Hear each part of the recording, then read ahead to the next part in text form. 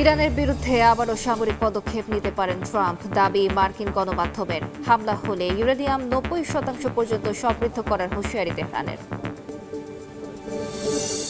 মধ্যপ্রাচ্যের সংকটের মধ্যে 3 দিন সফরে কাল চীন যাচ্ছেন ট্রাম্প। প্রেসিডেন্ট শির সঙ্গে বৈঠকে উঠতে পারে তাইওয়ান ইস্যু, বেইজিং জুড়ে নিরাপত্তা জোরদার।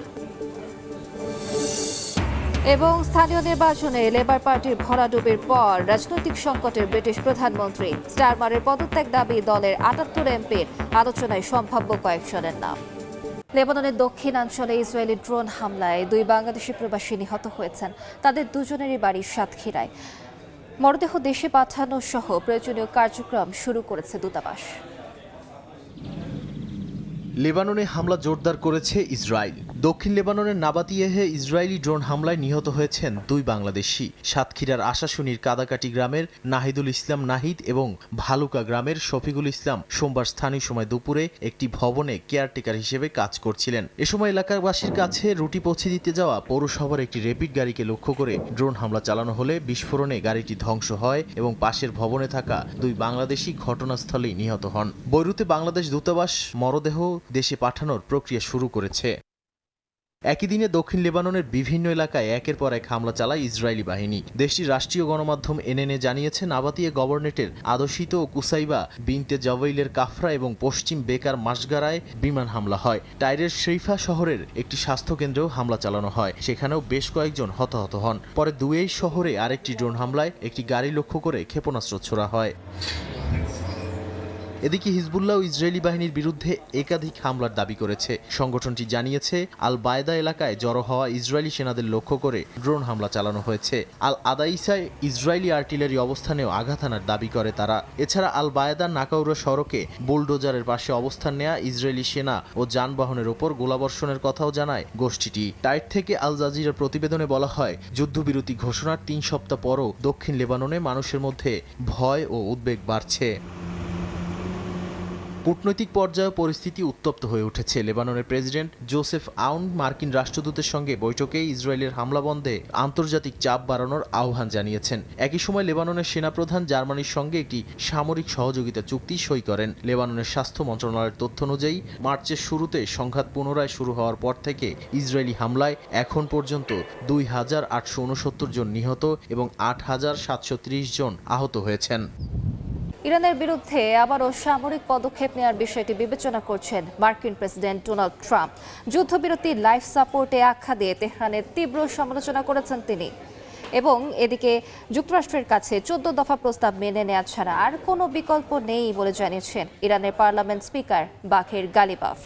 আবারও আক্রমণের শিকার হলে ইউরেনিয়াম 90% পর্যন্ত সমৃদ্ধ করা হতে পারে বলে সতর্ক করা হয়েছে। যুক্তরাষ্ট্র ইরান সংঘাত বন্ধে কূটনৈতিক আলোচনার পাশাপাশি চলছে কথার লড়াই। পরমাণু ইস্যুতে ছাড় না দেয়ায় মার্কিন যুদ্ধবিরতির প্রস্তাবের ভিত্তিতে দেয়া ইরানের জবাব প্রত্যাখ্যান করেছেন প্রেসিডেন্ট ডোনাল্ড ট্রাম্প। যুদ্ধবিরতির লাইফ সাপোর্টে আখ্যা দিয়ে ইরানের অবস্থানের করেছেন কড়া সমালোচনা। ইরানের প্রতিক্রিয়াকে নির্বোধ মন্তব্য করে আবারও কঠোর অবস্থান পুনর্ব্যক্ত করেন ট্রাম্প। এদিকে ইরানের পররাষ্ট্র মন্ত্রণালয়ের মুখপাত্র ইসমাইল বাঘেই বলছেন, পরমাণু আলোচনা ও যুদ্ধবিরতি চুক্তি নিয়ে অযৌক্তিক ও একপাক্ষিক দাবি করছে যুক্তরাষ্ট্র। পাশাপাশি যৌক্তিক প্রস্তাব দেওয়ার পরও ওয়াশিংটন তা গ্রহণ করেনি বলেও দাবি তার। ইরানের দেয়া 14 দফা প্রস্তাব মেনে নেওয়া ছাড়া যুক্তরাষ্ট্রের আর কোনো বিকল্প নেই বলেও সাফ জানিয়ে দিয়েছেন ইরানের পার্লামেন্ট স্পিকার বাঘের গালিবাফ। শত্রুপক্ষের যেকোনো আগ্রাসনের দাঁত ভাঙা জবাব দিতে ইরান পুরোপুরি প্রস্তুত বলেও হুঁশিয়ারি দেন তিনি। আবারও আক্রমণের শিকার হলে তেহরান ইউরেনিয়াম 90% পর্যন্ত সমৃদ্ধ করতে পারে বলেও সতর্ক করা হয়েছে। এদিকে আলোচনা থমকে যাওয়ায় প্রেসিডেন্ট ডোনাল্ড ট্রাম্প সামরিক পদক্ষেপের বিষয়টি আবারও বিবেচনা করছে বলে খবর প্রকাশ করেছে বিভিন্ন মার্কিন সংবাদ মাধ্যম। সংলাপে অগ্রগতি না হয় ট্রাম্প প্রশাসনের কিছু উপদেষ্টা বড় ধরনের সামরিক অভিযানের বিষয়ে পুনরায় ভাবার পরামর্শ দিচ্ছেন বলেও প্রতিবেদনে উল্লেখ করা হয়। চলমান উত্তেজনার মধ্যেই যুক্তরাষ্ট্রের অভ্যন্তরে তীব্র হচ্ছে রাজনৈতিক চাপ। ট্রাম্পের যুদ্ধের ক্ষমতা সীমিত করতে কংগ্রেসে ভোটাভুটির উদ্যোগ নিচ্ছেন ডেমোক্র্যাটরা। কংগ্রেসের অনুমোদন ছাড়া ট্রাম্প যুক্তরাষ্ট্রকে উদ্দেশ্যহীন সংঘাতের দিকে ঠেলে দিচ্ছে বলেও মনে করেন তারা। এমন পরিস্থিতিতে ভ্রমণসহ ইরানের বিরুদ্ধে নতুন নিষেধাজ্ঞা আরোপ করেছে অস্ট্রেলিয়া। দমনপীড়ন এবং আঞ্চলিক অস্থিতিশীলতা সৃষ্টির অভিযোগ তুলে 7 ব্যক্তি ও 4 প্রতিষ্ঠানের ওপর এই নিষেধাজ্ঞা আরোপ করা হয়। দ্বিতীয় দফায় হোয়াইট হাউসের মসনদে বসার পর প্রথমবারের মতো চীনে যাচ্ছেন মার্কিন প্রেসিডেন্ট ডোনাল্ড ট্রাম্প। বুধবার 3 দিনের সফরে বেইজিং যাবেন মার্কিন প্রেসিডেন্ট। চীনা প্রেসিডেন্ট শি জিনপিং এর সঙ্গে বিভিন্ন বিষয়ে আলোচনা করার কথা রয়েছে তার। মার্কিন প্রেসিডেন্ট ডোনাল্ড ট্রাম্পের চীন সফরকে ঘিরে বেইজিং জুড়ে চলছে জোর প্রস্তুতি। তিয়ানমেন স্কয়ারে নিরাপত্তা জোরদার করা হয়েছে, পাশাপাশি আয়োজন করা হয়েছে বিশেষ রাষ্ট্রীয় অনুষ্ঠান। বিভিন্ন প্রতিবেদন বলছে ইরান যুদ্ধের ভবিষ্যতের ওপর প্রভাব ফেলতে পারে এই সাক্ষাৎ। বেইজিং এর মধ্যে পাকিস্তানের সঙ্গে মিলে যুদ্ধবিরতি ও হরমুজ প্রণালী খুলে দিতে মধ্যস্থতার চেষ্টা করছে। বিশ্লেষকদের মতে দীর্ঘমেয়াদী সংঘাত চীনের অর্থনীতিতে চাপ তৈরি করছে। তেলের দাম বাড়ায় উৎপাদন খরচ বেড়েছে, রপ্তানি নির্ভর শিল্পেও প্রভাব পড়ছে। তবে একই সঙ্গে ইরানের ওপর নিজেদের প্রভাব দেখিয়ে ওয়াশিংটনের সঙ্গে কৌশলগত দর কষাকষির সুযোগও দেখছে বেইজিং। তাইওয়ান ইস্যুও বৈঠকের কেন্দ্রবিন্দুতে রয়েছে। একদিকে তাইওয়ানের সঙ্গে $10 বিলিয়ন নতুন অস্ত্র চুক্তি করেছে যুক্তরাষ্ট্র, অন্যদিকে তাইওয়ানকে চীনের অংশ বলেও মন্তব্য করেছেন ট্রাম্প। এতে ওয়াশিংটনের অবস্থান নিয়ে নতুন প্রশ্ন তৈরি হয়েছে। এই পরিস্থিতিতে চীন চাইছে যুক্তরাষ্ট্র আরও স্পষ্টভাবে তাইওয়ানের স্বাধীনতার বিরোধিতা করুক। বাণিজ্য ও প্রযুক্তির প্রতিযোগিতাও আলোচনার বড় অংশ হয়ে উঠেছে। গত কয়েক বছরের শুল্ক যুদ্ধ, বিরল খনিজ রপ্তানি নিয়ন্ত্রণ ও সেমিকন্ডাক্টর নিষেধাজ্ঞা সব মিলিয়ে দুই দেশের সম্পর্ক জটিল হয়ে ওঠে। এখন ট্রাম্প প্রশাসন চায় চীন আরও বেশি মার্কিন কৃষি পণ্য কিনুক, আর চীন চাইছে যুক্তরাষ্ট্র যেন উচ্চ প্রযুক্তির চিপ রপ্তানিতে বাধা কমায়। একই সঙ্গে কৃত্রিম বুদ্ধিমত্তা প্রযুক্তি ও রেয়ার আর্থ খনিজ নিয়েও চলছে কৌশলগত প্রতিযোগিতা, যা ভবিষ্যতে অর্থনীতি ও সামরিক শক্তির জন্য অত্যন্ত গুরুত্বপূর্ণ বলে মনে করছেন অনেকে। আন্তর্জাতিক সময় আরো থাকছে। পাকিস্তানের খাইবার পাখতুনখোয়ায় ভয়াবহ বোমা বিস্ফোরণ, 2 পুলিশ সহ নিহত 9, আহত অন্তত 20। ঘটনাস্থলে আইনশৃঙ্খলা বাহিনীর অভিযান। স্থানীয় নির্বাচনে বড় ধাক্কার পর ব্রিটিশ প্রধানমন্ত্রী কিয়ার স্টারমারের নেতৃত্ব এখন চাপের মুখে। লেবার পার্টির ভরাডুবির পর দলের ভেতরে উঠছে নেতৃত্ব পরিবর্তনের দাবি। অন্তত 78 জন লেবার এমপি স্টারমারকে পদত্যাগের জন্য আহ্বান জানিয়েছেন। যুক্তরাজ্যের স্থানীয় নির্বাচনে বড় ধরনের পরাজয়ের পর রাজনৈতিক সংকটে পড়েছেন প্রধানমন্ত্রী কিয়ার স্টারমার। ইংল্যান্ড জুড়ে লেবার পার্টি বিপুল সংখ্যক কাউন্সিল আসন হারিয়েছে, যার বড় অংশ চলে গেছে নাইজেল ফারাজের নেতৃত্বাধীন রিফর্ম ইউকের দখলে। নির্বাচনের ফল প্রকাশের পর থেকেই স্টারমারের পদত্যাগ ও নেতৃত্ব পরিবর্তনের আলোচনা জোরালো হতে শুরু করেছে। যদিও স্টারমার বলেছেন তার সরকার একটি দীর্ঘমেয়াদী প্রকল্প এবং ভুল শুধরে নেয়ার দায়িত্ব তিনি নিজেই নেবেন। স্টারমারের বিরুদ্ধে মূল অভিযোগগুলোর একটি হলো অভিবাসন সংকট মোকাবিলায় ব্যর্থতা। ফ্রান্সের সঙ্গে অনিয়মিত অভিবাসী ফেরত পাঠানোর চুক্তি করেও প্রত্যাশিত ফল পাওয়া যায়নি। এছাড়া কুখ্যাত যৌন অপরাধী জেফ্রি এপস্টেইনের সঙ্গে সম্পর্কের অভিযোগ থাকা পিটার ম্যান্ডেলসনকে যুক্তরাষ্ট্রের রাষ্ট্রদূত নিয়োগ দেওয়াও বড় বিতর্ক তৈরি করেছে। সমালোচকদের অভিযোগ, বিষয়টি জানা সত্ত্বেও স্টারমার সতর্কতা উপেক্ষা করেছিলেন। স্টারমারের সম্ভাব্য উত্তরসূরি হিসেবে সবচেয়ে বেশি আলোচনায় আছেন সাবেক উপপ্রধানমন্ত্রী অ্যাঞ্জেলা রেইনার। বাম ঘেঁষা এই রাজনীতিক একসময় আবাসন মন্ত্রী ছিলেন। দলের ভেতরেই অনেকেই মনে করেন স্টারমার অতিরিক্ত ডানমুখী অবস্থান নেয় লেবারের ঐতিহ্যগত ভোট ব্যাংক ক্ষতিগ্রস্ত হয়েছে এবং রেইনার সেই অবস্থান বদলাতে পারেন। যদিও তিনি সরাসরি নেতৃত্ব দেখাননি, তবুও দলীয় ঐকমত্য তৈরিতে তার প্রভাব গুরুত্বপূর্ণ বলে মনে করা হচ্ছে। আরেক সম্ভাব্য নাম স্বাস্থ্য সচিব ওয়েস স্ট্রিটিং। দলটির মধ্যপন্থী অংশের সমর্থন পাওয়া এই নেতা গাজা ইস্যুতে তুলনামূলক বাম ঘেঁষা অবস্থান নেয় আলোচনায় এসেছেন। এছাড়া উত্তর লন্ডনের এমপি ক্যাথরিন ওয়েস্ট প্রকাশ্যে নেতৃত্ব পরিবর্তনের দাবি তুললেও পরে কিছুটা পিছিয়ে যান। অন্যদিকে জনমত জরিপে জনপ্রিয়তার দিক থেকে এগিয়ে আছেন গ্রেটার ম্যানচেস্টারের মেয়র অ্যান্ডি বার্নহ্যাম। তবে সংসদ সদস্য না হওয়ায় এখনই সরাসরি নেতৃত্বের দৌড়ে নামতে পারছেন না তিনি। চলমান যুদ্ধ শেষ করার কোনো ইচ্ছাই নেই রাশিয়ার, এমনটা অভিযোগ করেছেন ইউক্রেনের প্রেসিডেন্ট ভলোদিমির জেলেনস্কি। তার দাবি ফ্রন্টলাইনের লড়াই থামেনি, তাই নতুন করে হামলার জন্য প্রস্তুতি নিচ্ছে কিয়েভ। ইউক্রেনের প্রেসিডেন্ট ভলোদিমির জেলেনস্কি এক ভিডিও বার্তায় বলেন, ফ্রন্ট লাইনে কোনো ধরনের শান্ত পরিস্থিতি নেই, যুদ্ধ এখনও চলমান। তিনি জানান রাশিয়া যুদ্ধ শেষ করার কোনো ইচ্ছা দেখাচ্ছে না এবং তাই ইউক্রেন নতুন আক্রমণের জন্য প্রস্তুতি নিচ্ছে। একই সঙ্গে তিনি জোর দিয়ে বলেন, শান্তি প্রতিষ্ঠার চেষ্টা অব্যাহত থাকবে, তবে বাস্তবতা হলো যুদ্ধ এখনও থামেনি।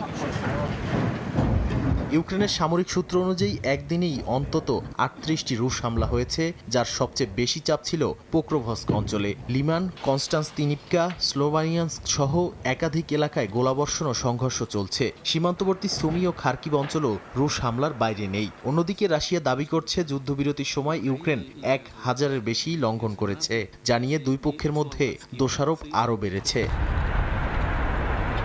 এই পরিস্থিতির মধ্যেই কূটনৈতিক তৎপরতাও বাড়ছে। জেলেনস্কি জানিয়েছেন তিনি জার্মানির প্রতিরক্ষামন্ত্রীর সঙ্গে যৌথভাবে অস্ত্র উৎপাদনের সম্ভাবনা নিয়ে আলোচনা করেছেন। ব্রাজিলসে বৈঠকে কাজা কালাস এবং অন্যান্য পররাষ্ট্রমন্ত্রী ইউক্রেনকে নতুন সহায়তার নতুন গতি তৈরি হয়েছে বলে উল্লেখ করেছেন। ইউক্রেন জানিয়েছে তারা যুদ্ধক্ষেত্রে অবস্থান স্থিতিশীল করেছে এবং আকাশ প্রতিরক্ষায় এখন ৯০% পর্যন্ত হামলা প্রতিহত করতে পারছে। এদিকে ইউক্রেন জার্মানি ড্রোন ও আধুনিক অস্ত্র প্রযুক্তিতে সহযোগিতা বাড়াতে কাজ করছে। ইউরোপীয় ইউনিয়নও ইউক্রেনকে নতুন সহায়তা ও রাশিয়ার বিরুদ্ধে নিষেধাজ্ঞা জোরদারের মাধ্যমে সমর্থন দিচ্ছে। আন্তর্জাতিক সময় আরও থাকছে। দুদিনেও নিয়ন্ত্রণে আসেনি যুক্তরাষ্ট্রের ফ্লোরিডার দাবানল। পুড়ে ছাই ৭,০০০ একরের বেশি বনভূমি, স্থানীয় পর্যটন কেন্দ্র সাময়িক বন্ধ ঘোষণা। পাকিস্তানের খাইবার পাখতুনখোয়া প্রদেশে ২ পুলিশ সদস্য সহ নিহত হয়েছেন অন্তত ৯ জন, আহত হয়েছেন আরও অন্তত ২০ জন। মঙ্গলবার স্থানীয় সময় সকালে লাকি মারওয়াতে জেলার একটি বাজারে এই হামলার ঘটনা ঘটে। বিস্ফোরণের তীব্রতায় বাজারের বেশ কিছু দোকানপাট ও যানবাহন ক্ষতিগ্রস্ত হয়। তবে এটি আত্মঘাতী হামলা নাকি আগে থেকে পেতে রাখা বোমা বিস্ফোরণ তা নিশ্চিত হওয়া যায়নি। এখন পর্যন্ত কোনো গোষ্ঠী এই হামলার দায় স্বীকার করেনি। উদ্ধার তৎপরতা শেষে পুরো এলাকা ঘিরে রেখেছে আইনশৃঙ্খলা রক্ষা বাহিনী।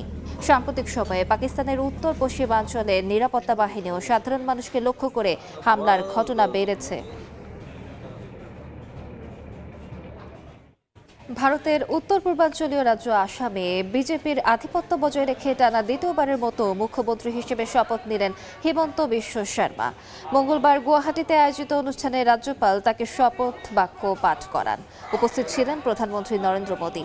সদ্য সমাপ্ত বিধানসভা নির্বাচনে আসামে বিপুল ব্যবধানে জয় পায় বিজেপি। এই জয়ের মাধ্যমে রাজ্যের টানা দ্বিতীয় মেয়াদে সরকার গঠন করল দলটি। হিমন্ত বিশ্ব শর্মার সাথে এদিন পূর্ণ মন্ত্রী হিসেবে আরও ৪ জন বিধায়ক শপথ নিয়েছেন।